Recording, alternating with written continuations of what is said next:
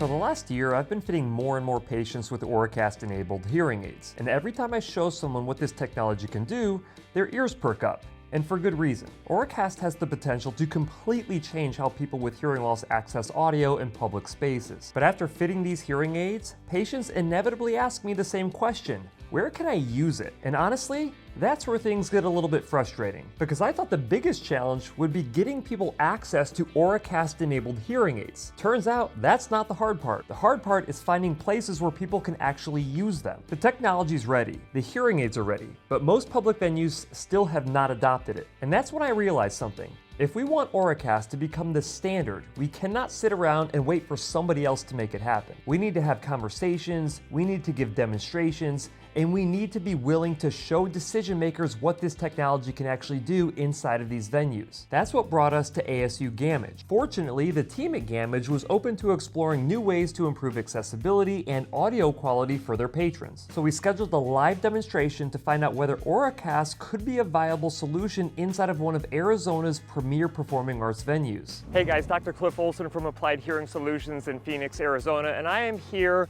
at ASU Gammage Performing Arts Center because we are going to be doing an Auracast demo for them today. If you're not familiar with Gammage, essentially it was designed by the legendary Frank Lloyd Wright, and it was completed back in 1964. It is one of the largest university-based performing arts center in the entire world. Now, if we're going to get Auracast to be adopted by large public venues like Gammage, we have to go out into the community and help them understand what this technology is all about, because not only will it help individuals with hearing loss hear significantly better in these amazing public venues, but it is also going to benefit individuals without hearing loss. So hopefully they like our demo today. Let's go. When we first arrived, we were greeted by Vern Ellingson, the production manager. She gave us a behind-the-scenes tour of the theater and audio control booth while we waited for Shaun Schultz, the senior technical director. It didn't take long to realize that both Vern and Shaun share a passion for delivering the best possible experience to every person who walks through their doors. So naturally, they were interested to see whether or not Auracast could actually improve accessibility for the people who came to Gammage. After a brief discussion about how Auracast works and what makes it different from traditional assistive listening technologies, it was time to put it to the test. We set up the Auracast transmitter in the sound booth and began broadcasting audio through the theater. For the demo, I streamed a selection of Broadway music and handed out a variety of Auracast-compatible devices, including hearing aids,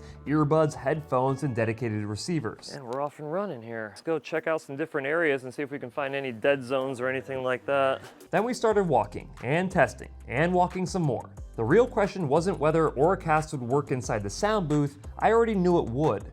The question was whether it could reliably cover an entire 3,000-seat performing arts venue, the orchestra section, the grand tier, the balcony, the furthest seats from the transmitter, everywhere that matters. As we moved throughout the theater, I kept expecting to find weak spots, but they never came. Every section we tested delivered a strong, stable signal with exceptional audio quality. No dropouts, no intermittency, no noticeable delays. In fact, the only places we really lost signal were outside of the performance areas, such as the hallways and the restrooms. For a first demonstration, the results exceeded even my expectations. But what impressed me the most wasn't the technology. It was the reaction from the Gammage team. Shaun was particularly impressed with the sound quality, telling us it was significantly better than any assistive listening system they had ever previously used or evaluated. And Vern immediately saw another major advantage. She was able to connect using her own Samsung Galaxy earbuds. No special receiver, no borrowed equipment, no complicated setup. Just open the Auracast Broadcast on her phone and listen. That's when it really hit me. This isn't just a hearing loss technology. This is a better way to deliver audio for everyone. After the demo, I spent some time showing Shaun how the Auracast management software works and how simple it is to control broadcasts throughout the venue. The conversation quickly shifted from whether Auracast worked to how it could potentially be implemented. And that's exactly the outcome that I was hoping for. Before we left, we made the decision to leave our Auracast transmitter with the Gammage team so they could continue evaluating it during an actual live performance. Now we'll see what happens next. But regardless of the final outcome, today proves something important. The biggest obstacle to Auracast adoption isn't the technology. The technology works. The obstacle is awareness. Venue managers need to see it, Technical directors need to hear it. Decision makers need an opportunity to experience it firsthand. That's why we're doing this. At Applied Hearing Solutions, our goal is to help create more Auracast-enabled venues throughout Arizona so that people with hearing loss can actually take advantage of the technology built into their hearing aids. Because accessibility doesn't improve when all we do is complain about the lack of access. Accessibility improves when we take action. A few months ago, my patients had almost nowhere to use Auracast. Today, we're having implementation discussions inside of some of Arizona's largest performing arts venues. That's progress. And today was one small step in that direction. Now, I'd love to hear from you. Are there theaters, churches, conference centers, sports venues, or other public spaces that you think should be exploring Auracast? Let me know in the comment section of this video, because if enough of us start pushing for better accessibility, we can help make Auracast the standard that we've all been waiting for. And if this demonstration at Gammage is any indication,